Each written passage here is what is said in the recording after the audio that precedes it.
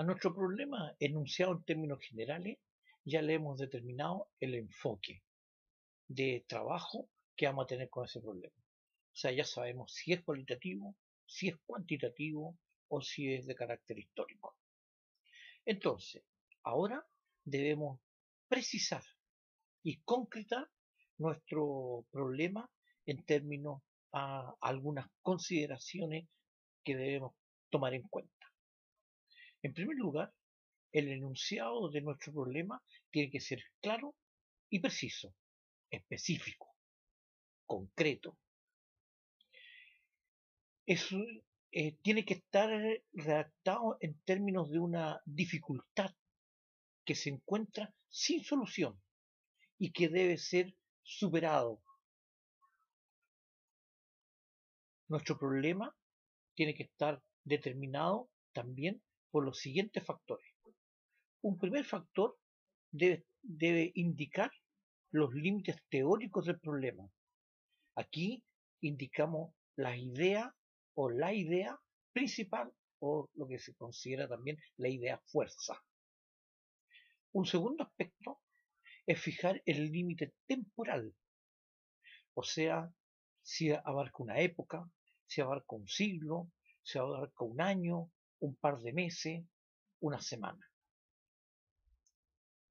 Un tercer elemento a considerar para conformar nuestro problema es delimitar espacialmente el problema, o sea, fijarlo en un lugar, darle una ubicación donde los hechos suceden, donde el problema se manifiesta. Luego debemos indicar unidades de observación y junto con ello debemos tomar el problema en su contexto, o sea, considerar variables externas. Plantearse el problema en términos operacionales también es otra exigencia que tenemos. Esto significa utilizar indicadores como ingreso, población, instrucción, etc. Eso nos permite también tener precisión en la parte conceptual del problema. Por último, como una ayuda, podemos considerar diferentes tipos de problemas. Por ejemplo, un problema de carácter estructural, cuya pregunta podría ser cómo se relaciona e interrelacionan los diferentes departamentos o secciones de una empresa, de una institución, o cómo se relacionan e interrelacionan los individuos actuando, ¿no es cierto?, en un grupo, o con las instituciones. Otro problema puede ser de carácter funcional, en el cual nos preguntemos qué función cumplen los distintos departamentos en el conjunto de una institución, de una empresa. También aquí nos podemos plantear un problema de funcionalidad y disfuncionalidad. El problema puede ser demográfico, o sea que tenga relación con los rasgos demográficos de la población en una superficie determinada, o cuál es la distribución de la población en un espacio determinado. Nuestro problema puede ser de carácter ecológico.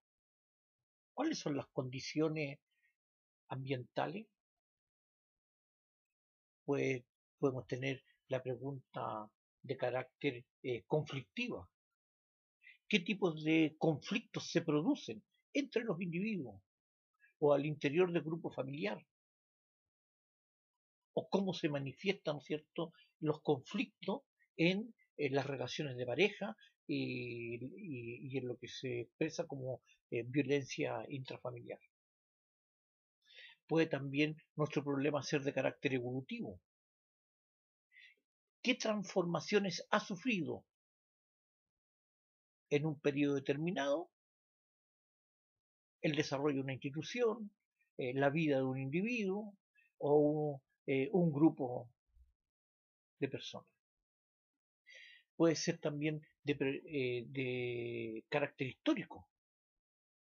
Entonces la pregunta base será ¿cómo ha sido el proceso para, eh, para que se produzca el fenómeno o los tipos de problemas que estamos conociendo? Puede ser el problema de carácter crítico dialéctico, donde hagamos la pregunta eh, que diga cuáles son los intereses sociales que actúan y cuáles son los conflictos que se originan. Podemos tener el problema genético, cuál es el origen. Podemos tener el problema de carácter cultural, cuáles son las normas, los valores, las técnicas, las creencias que caracterizan un grupo humano determinado. Por último, digamos, el problema de carácter proyectivo. ¿Cuál es el probable desenlace en el tiempo de un fenómeno? Ahí entonces tenemos un conjunto de problemas y lógicamente se pueden agregar muchos más.